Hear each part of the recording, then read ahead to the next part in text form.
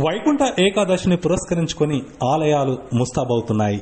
సిద్దిపేట జిల్లా దుబ్బాక పట్టణంలోని శ్రీ బాలాజీ దేవాలయంలో ముక్కోటి ఏకాదశిని పురస్కరించుకొని అన్ని ఏర్పాట్లు చేయడం జరుగుతుందని ఆలయ నిర్వాహకులు తెలిపారు. శుక్రవారం రోజున ఉదయం 5:30 నుండి ఉత్తర ద్వార దర్శనం గుండా స్వామివారిని దర్శించుకోవడానికి ఏర్పాట్లు చేయడం జరిగిందన్నారు. భక్తులందరూ పెద్ద ఎత్తున ఆలయానికి తరలివచ్చి స్వామివారిని దర్శించుకోవాలన్నారు. 60 సంవత్సరాల తర్వాత శుక్రవారం రోజున ఉత్తర ద్వార దర్శనం గుండా స్వామివారిని దర్శించుకునే మహాభాగ్యం భక్తులకు ఇప్పుడు కలిగిందన్నారు. భక్తులు స్వామివారిని ముక్కోటి ఏకాదశి రోజున దర్శించుకొని ఆయురారోగ్యాలతో ఉండాలన్నారు. శ్రీమన్నారాయణ ఓం నమో వెంకటేశాయ. వెంకటాద్రి సమస్తానం బ్రహ్మాండే నాస్తి కించన వెంకటేశ సమో దేవో న భూతో న భవిష్యతి.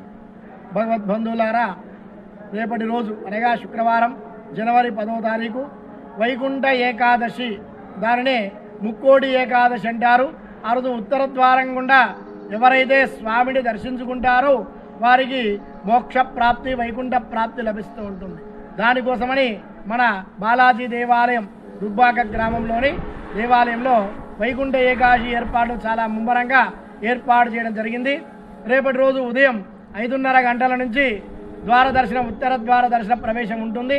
భక్తులంతా కూడా చక్కగా విచ్చేసి స్వామిని దర్శించుకొని స్వామి యొక్క అనుగ్రహాన్ని పొందవలసింది.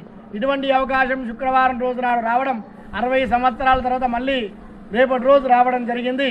కాబట్టి భక్తులంతా ఇట్టి అవకాశాన్ని చక్కగా వినియోగించుకొని స్వామి యొక్క ఆరోగ్య ఐశ్వర్యాలు కలగాలని ప్రార్థించి అర్చించుకోవలసిందిగా కోరుచున్నాము.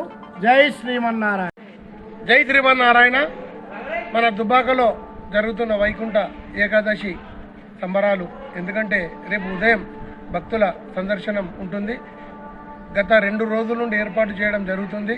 ఎందుకంటే ఇక్కడ సుదీర్ఘ ప్రాంతాల నుండి సుమారు 6-7 జిల్లాల నుండి ప్రజలు దండోపదండాలుగా రావడం జరుగుతుంది.